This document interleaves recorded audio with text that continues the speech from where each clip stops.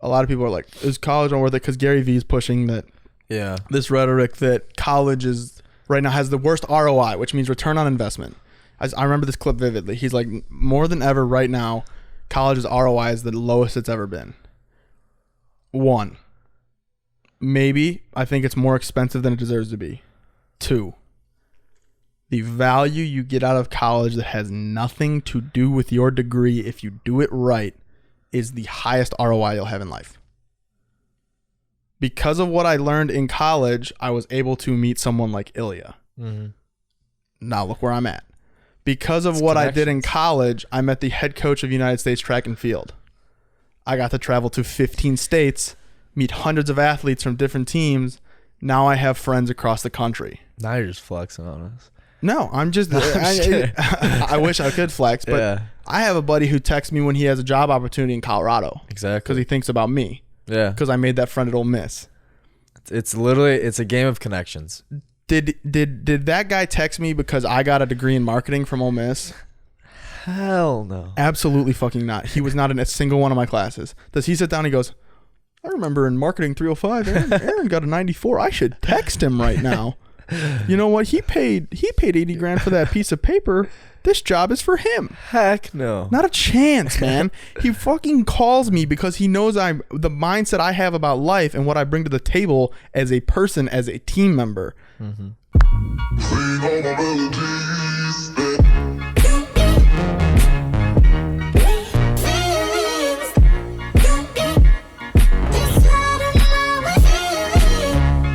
Those people, all right, so here's my thing. What's something in common that a lot of young successful people have? Let's just do like a quick case study. There's a guy, Graham Stephan, who wants to come on this show. He sells real estate in LA. $120 million of real estate he sold.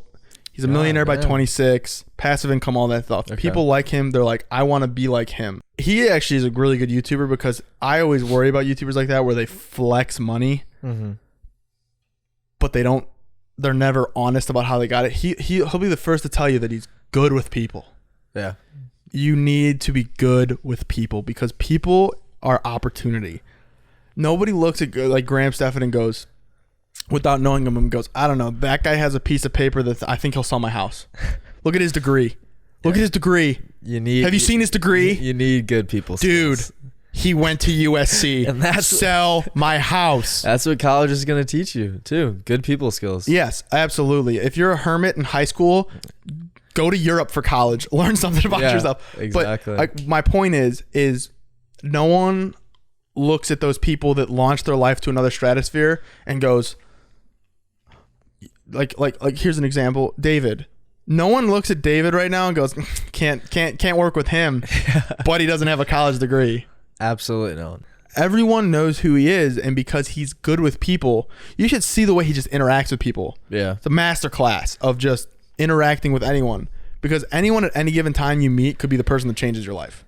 That's how you got to treat people. If you ever are snooty, oh, buddy, you're going to miss the wagon. You have to understand that how you treat people is more important. You could be the greatest editor in the world. If you were a chotch, I'd never invite you on this show. Absolutely not. So it's just, you have to know that like the way you treat people, and there's a YouTube, have you ever seen the Art of Charisma YouTube? No. It's just this YouTube that always breaks down how to be confident in situations, connect with people, all these things. I'm addicted to watching it because I'm just like, I just always think about my friends and like who's good at what and who's bad at other things. And am I bad at all of them? Nah, you're just a goofy kid. All right, I'll take that. Stupid. That's fine. Good with people. Come on. Goober. You are good with people. Thank you. I will say that. If you're not good with people, you're not going to. That's the thing in college you should do. You should always be good to people no matter what. Because just like you're saying, it could lead to another opportunity, which could lead you to someone else. And it's just endless opportunities, endless anything. And there will be kids that get handed opportunities they don't deserve. Mm-hmm. Trust fund babies who will get just ridiculous job things because their dads are friends and this, that, and the other. Those people eventually, though, and this is going to sound really morbid, at some point, daddy's going to pass away. Daddy's friends are going to pass away, and either he's going to be stuck making the same sweet starting salary for the rest of his life and advancing himself zero. Trust me. I come from a middle-class family. I go to a school. I had to pay for some of it. I got a scholarship for some of it. I have more friends that invite me to do things because they enjoy being around me. And this sounds cocky, but it's something you can learn from. I got to go to a Gulf Shores festival for free for 3 days. That's like Lollapalooza on a beach of the Gulf of Mexico. Stayed in my buddy's penthouse for my fraternity for free. Cost me $80 to get there. If I would have done it without my relationships, I'd be $1,500, $2,000 weekend. Come back this summer camp. We work summer camp, park counselor. Girl I work with, good friends, likes working with me, enjoys my presence, has someone bail on a Lollapalooza ticket, gives it to me for free. Shut up. Invites me to go to the Ritz-Carlton. We hang out. We have a good time. Ritz-Carlton that she stays at because her aunt's a member. Car services to Lala. Guess some of that. Guess how much going to Lala cost me? $11 for the Metro. Got a friend from Ole Miss Track. I'm the manager for the pole vault group. We got a girl on there who's a borderline pro wakeboarder. Yeah. Looks at me. She likes how nice I am to her. How I set up practice. We don't talk much. Are we good friends? No, we don't hang out socially. Looks at me. Goes, hey, I'm taking some friends out on the boat. Do you want to come? I get to learn how to wakeboard. Did I learn? No, I was sucked. I ate water. Those fishes were in danger that day. I still remember she just is like, you're hopeless. That's fine. That's fine. You're out there. You're out there. I was there. That's just from being nice to people, right? Yeah, I'm on the road. I can't say too much about this story because I don't want to get anybody in trouble. Yeah. I'm on the road. We're in New Mexico. I'm out at a bar. Start talking to a guy who just looks miserable. Me and somebody start talking to him. He's like, yeah, dude, I just got back from the Waste Management Open in Phoenix. I'm the Southwest region rep for Red Bull. So job? At first, I was like, I'm a sophomore. This is what I talked about in that one episode. Opportunities you want that you're not available to go for yet. I look at him. We start talking. Just being nice to him. He goes, hey, man, we have this new Red Bull flavor that no one knows about that's like here with me. He goes, would you guys mind trying some drinks on it? I have a $150 promotional tab that you guys can have for free. And we were just like, hell yeah. Jesus. Learning how, and also you'll learn this. There is no one in the world that you cannot connect with. It's facts. That kid that comes from Australia, I guarantee you, he probably likes Stranger Things. That kid who's from New York. You can talk about anything. The kid who's from New York and the other kid who's from South Texas, political views might be different. I guarantee they both like football. Or anything. If you can just be an unproblematic, good addition to any situation, people will always keep you around. And always, it's the art of making friends. And not everyone needs to be your best friend, the kid that stands in your wedding. Yeah. But you can be friends that make each other's lives more enjoyable for the ride. You don't need friends who are like, I just broke up with my girlfriend. I need to call her right now. Not everybody's going to be that person. 2 or 3 of them might make it to that level. Yeah. But you can have hundreds of friends that are just good people that are like, you know what? I want to have a good time today. Who do I want to be a part of it? Exactly. I want to have a fun time at this company. I want to make it a good place to work and I want to make it better. Who am I going to invite to work here? I just got this sweet sales opportunity that no one else has. Who can I connect with? I need this new part for a new product. I know my buddy owns this company that makes this part. He's a good dude. I want to bring him business. Wow. The way you treat people will bankroll your life. 100%. 100%. So I've always wanted to work for Barstool, right? Yeah. I loved Barstool growing up. Now I have this podcast, so I don't really know if it's for me anymore. I'm more focused on this.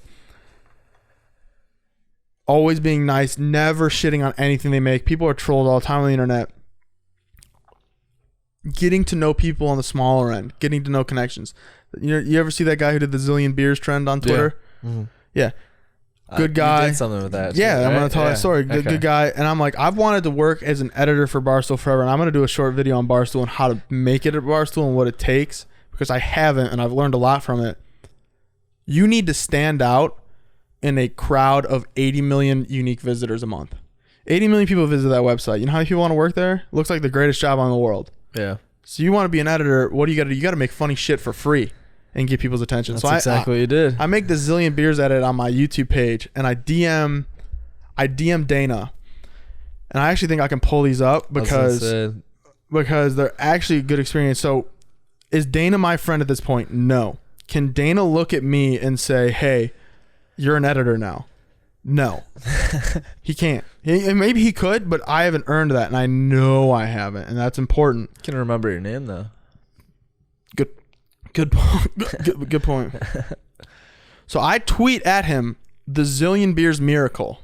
I made a miracle edit with him drinking a shitload of Bud Light. Yeah. Very funny. He goes, dude, that video is awesome. I would post it, but I think there needs to be some pump up like emotional, inspirational music at the beginning, right? Is that exactly what you did? I could be an asshole, right? I could be like, no, dude, it's perfect the way it is. I could do nothing.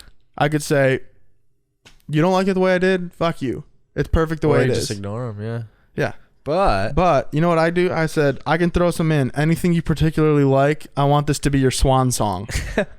Being funny. Yeah, exactly. Interact with him. Make him feel like I want to make something awesome to help what he's doing. He's trying to sell $1 million in t-shirts. If this video helps him sell 2 t-shirts, he likes me. He remembers me. Also, I can email you the final version so that you can tweet it. For some reason, I can't tweet a video over 1 minute, and clicking YouTube links is a lot of effort. Making it easier on him to do better. Yeah. He goes, up to you. Just not something like too crazy, but something mellow that pumps people up. I said, on it.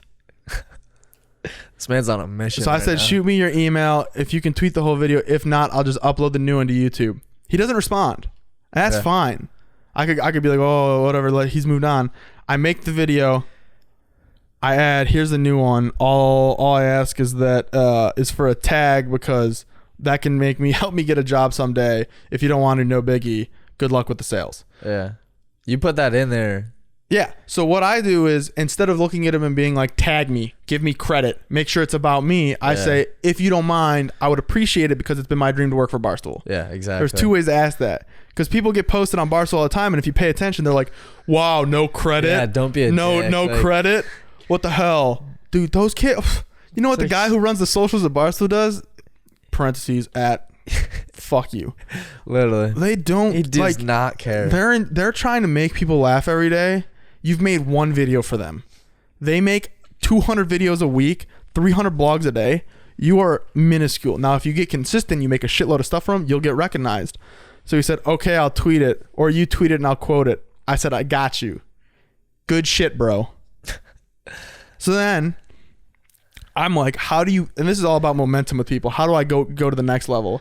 He's going to Vegas, right? Yeah. He sells $1 million, so he gets to take that girl that was in that thing with him to Vegas. And so what I want to do is I want to do a Hangover edit where I put their faces over the guys in Hangover coming down the elevator. And I made it, but like they changed the schedule on me, and I wanted to tweet it, and I didn't get it right. So I was talking to him about it, and I didn't follow through with it. So when it doesn't go down like that and you fail, just let it go. Take a step back. Wait till you get another opportunity. That video I made on YouTube, guess how many views it's got? No idea. I think I have 4 subscribers on my personal YouTube. 4. I actually know. Yeah. So take a guess. I think it's not going to be super high. It's not like 100K. Let's not get crazy. It's not 50K either. But like, I think it's like 12. That's a good guess. And it's still been going up. Yeah. It's at 8.2 thousand views. Damn. Just from that tweet. Do I have a job with Barstool? No. But now if I go to another company that needs a comedic video editor, guess what I have? Video with 8,000 views that I edited that got picked up and got traction from 4 subscribers. By whatever is Dana. Yeah, exactly. But it's on my personal page, and when I go to apply somewhere, they're like, hey, do you have a portfolio of like edits and funny stuff you've done? Here you go. Oh yeah, here's my 4 subscriber YouTube. Also, by the way, 8,000 views. Is Dana gonna call me up when he's in Chicago and say, hey dude, sweet edit, let's grab a beer? No, absolutely not. But if I work on something that's good and it's funny and I send it to Dana again and it helps him again, I promise you the next tweet will be like, at Bernie with another fire edit. I was gonna say, yeah, he's just gonna keep going. You gotta earn that, you know. So it's the relationships you build by make some sacrifice. Don't expect people. Oh my god, I hate this. People who are like, I'm not taking that job because it's not worth $70K out of college. Dude, come on. My parents, my mom's side, all 4 kids went to SIU and paid their own way. She made $23K out of college, paid off her student debt. Jeez. Was she out there being like, I can pay $50K in 1980 whatever? Absolutely not. This job sucks. I'm so much better than this. No, fucking suck it up. If you don't see a long-term payoff, go somewhere else. But if you can suck it up and get something out of it, suck it up and get something out of it. Exactly. So like and I'll be fully transparent. When I work with Ilya, do I love selling plumbing? Yes. Absolutely, I do. No, I don't wake up in the morning and think to myself, today is a great day to call someone whose toilet's leaking. Let's go. And get them to use Fly Plumbing. But what I do know is today's a great day to make a great impression on Ilya's dad, the people I work with, and the people I call. I was calling commercial property, all this stuff, connecting with people all the time. That's big. So, sorry, I got a text from Ilya mid-show. I was like, well, distracted. And now, because I'm good at what I do, I show up every day on time. I work hard. I do whatever Ilya asks. Ilya says, yeah, I'd like to do a business podcast. Hey, man, I'd love to be your editor. Yeah. Ilya goes, this kid's always on time. He always works hard. He does what I ask. It's kind of like someone I'd want on my podcast. Oh, wait. You've also edited a zillion beers edit for Dana? You also have done this stuff? Yeah, you'd be a good fit. Here it is. Did making that edit for Dana get me a job at Barstool? No. Did calling 50 people a day on behalf of Fly Plumbing get me a job at Barstool? No. Did they get me an opportunity here that could potentially change my life? Absolutely. Yes. So then it goes back to that story I shared last week.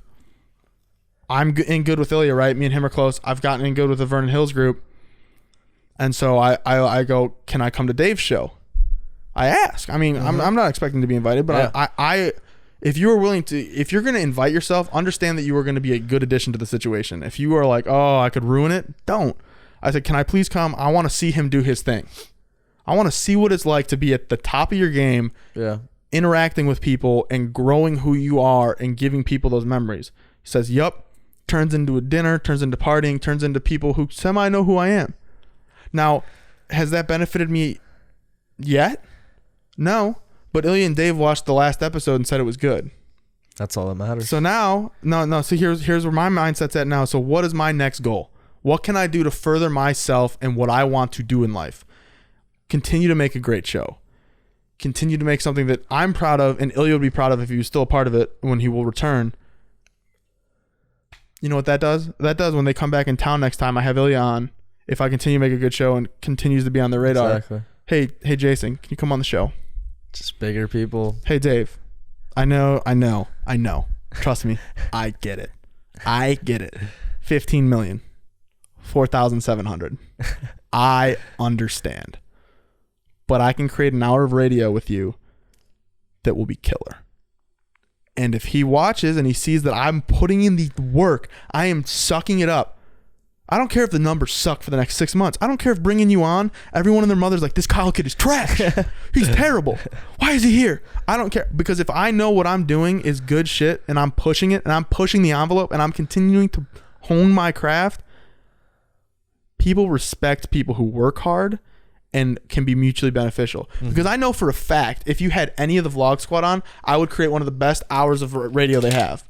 Because they all have shows with each other, right? Yeah. Coffee Talk, Views. I don't know what other podcasts. I'm sure there's more.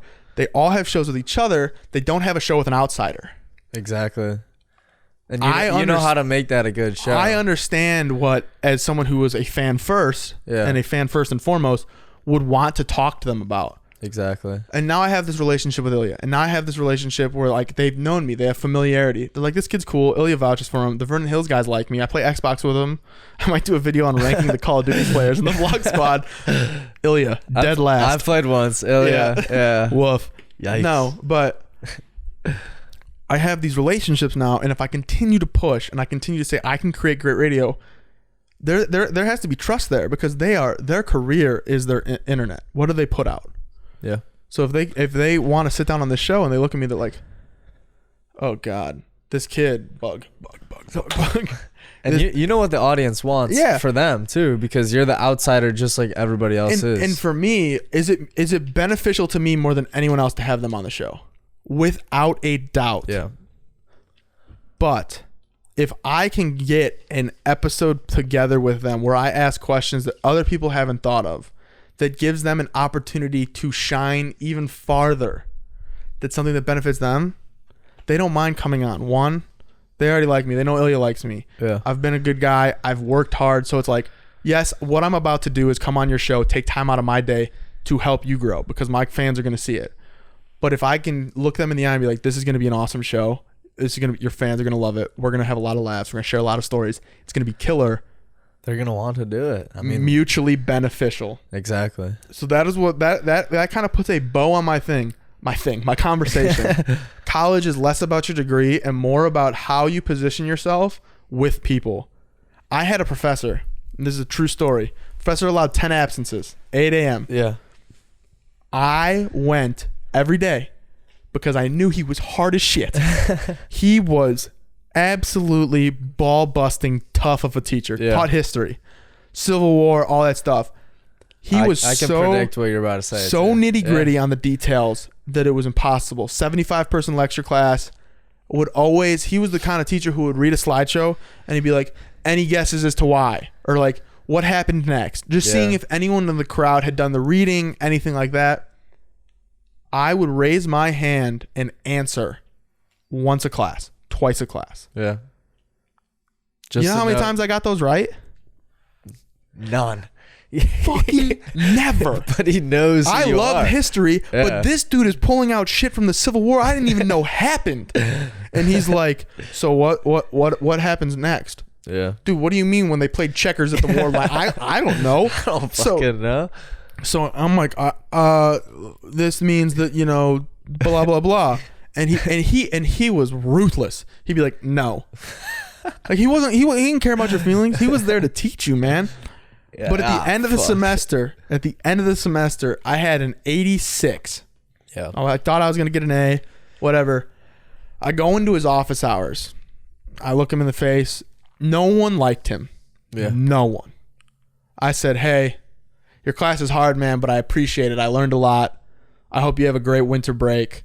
As far as first semester goes, you really woke me up to how hard college can be, but I appreciate the push. Did I ask for an A? Not a fucking chance. Did I say, dude, you got to make your class easier? Like, what the fuck? No. What was the grade on my transcript?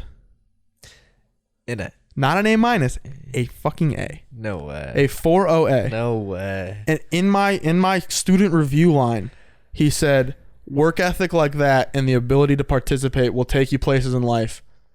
Good luck, Aaron. I hope to see you again. You weren't noticed. You know what I did?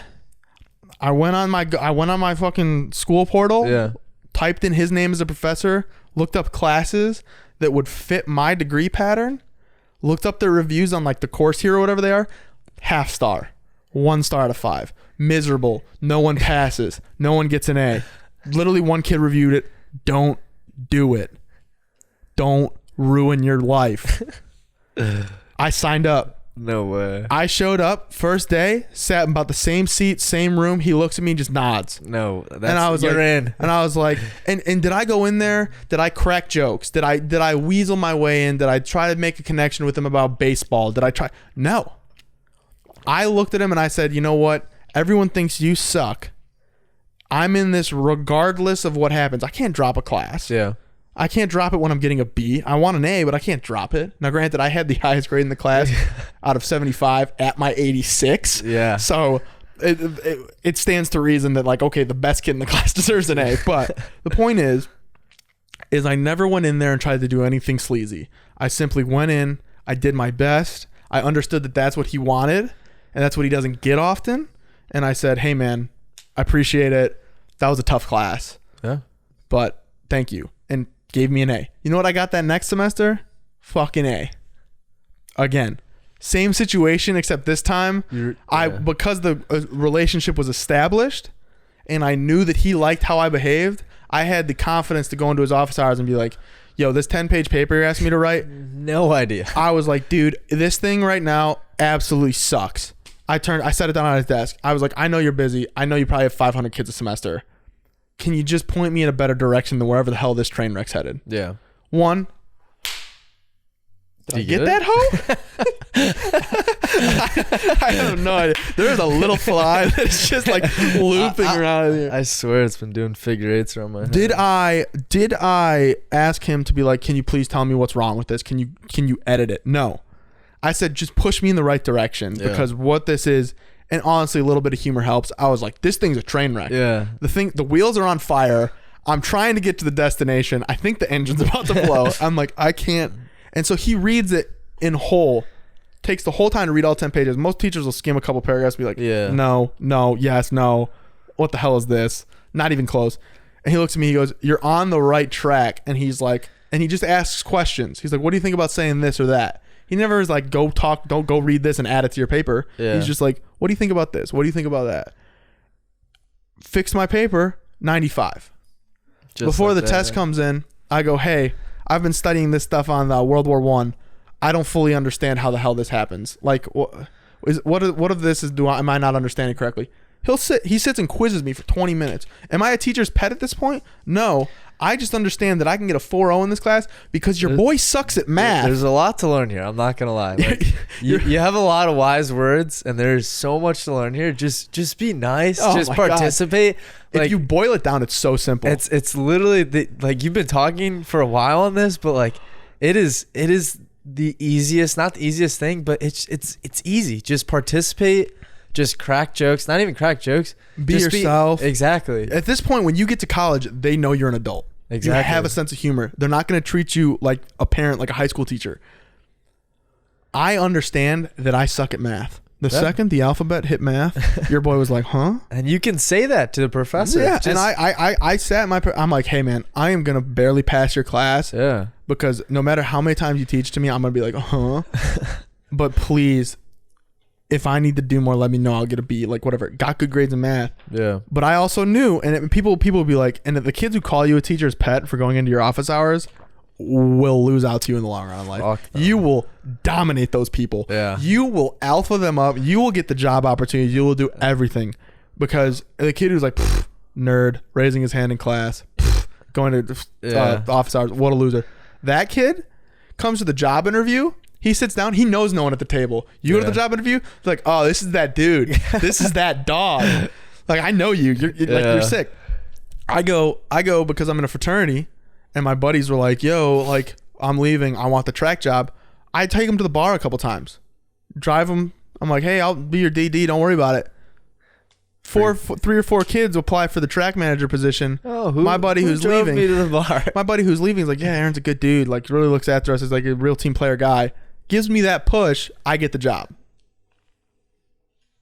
This man is wise with his words. I kill it with the track team, and now there's video editing positions in the running world, in the track world, that the former staff will send to me, being like, hey, I know this guy. Do you want a shot at it? Why? Because I showed up on time. I wasn't afraid of the 4 a.m. bus trip to get on a plane to go to New Mexico to miss class, to wake up at 6 a.m. to set up a pole vault pit every day. It's because you had the dedication. Did I enjoy filming practice every day for track? More than most jobs, because it's sick. These dudes are jumping like 18 feet in the air. I was gonna say. I can't lie. Like, I kind of enjoyed that job. It was a lot of fun. But was it what I wanted to do long term? No, I don't want to film athletics practices when I'm 45 and make $5,000 a semester. That's just not what I want. But I knew that those kids and those people, if I made the right impression, could be like, here's a door, wham. You want to go through it? So people are your biggest asset. And you're going to Iowa State next year. Yep. And you're going to change, and you're going to start fresh, and you're going to go as a sophomore, which is kind of a challenge. I'm excited. I'll be honest. I love meeting new people. I love talking. So that's good. But it is tough. People at Iowa State could be from all over, man. That's fun. And like, good luck. Good luck. I belong to you. Do just what you want.